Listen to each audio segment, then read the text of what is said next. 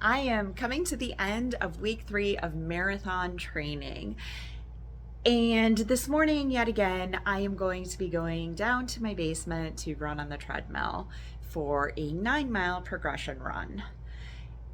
And I thought this morning I would do something a little different because in the past, just the first few videos, I just went outside and I said my little bit about what was going on and what I was doing. Yesterday I was inside talking about carbs. But this morning I thought, why don't I talk about the treadmill? And now I know the reason why I don't and haven't, and why a lot of people don't, and it's because going down to a basement and showing a video with a cinder block wall behind you is not very glamorous, and frankly, no one really wants to see that. But it is the reality of things. It is where I am training for my marathon. So I thought, you know what? Why don't I just show that?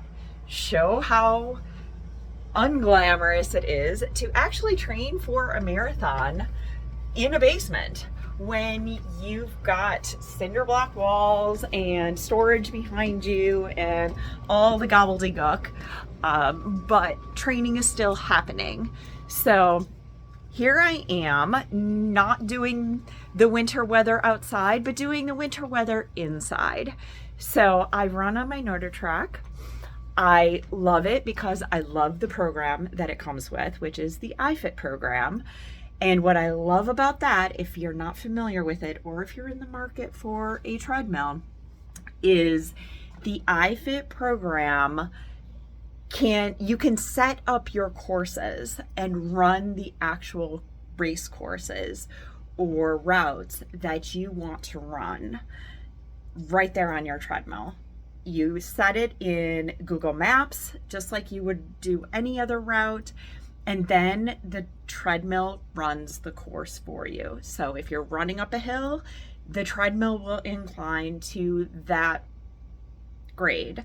So if you're going up a hill and it's a 6% grade for 50 yards, your treadmill's going to go up to a 6% incline for that distance, and then it's going to go back down and it's going to move according to the course. At the same time, you're going to actually be running the course so you can see it. So when you get out there, you know exactly what it looks like, which is really fun and interesting.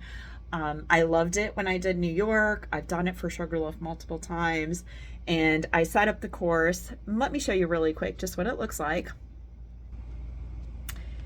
So there is the start. That's the start line to the Sugarloaf Marathon. You can see, as I'm running, it follows along. I can see when I'm about to go up a hill, when I'm about to get a little reprieve and head down a hill. And that is what I love about it. So I set up my progression run. It's on my Garmin watch. I have that set to my minutes per mile pace. So on the treadmill, again, not very glamorous, but I obviously have to know my miles per hour. So I just have this little static note. I write down what my paces are and the corresponding miles per hour. So I know that for 4 miles, I need to be going 6.2 to 6.3 miles per hour. So that is the setup and what I do. So I run my run and get it all done in about 50 degrees versus -17.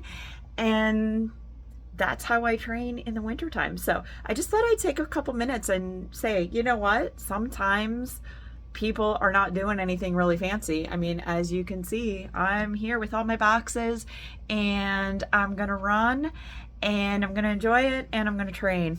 So I'm going to head out now, but I want you to subscribe so that you can see a little bit more of my real training, to see if I can eventually in May run the Sugarloaf Marathon in a sub 4-hour time.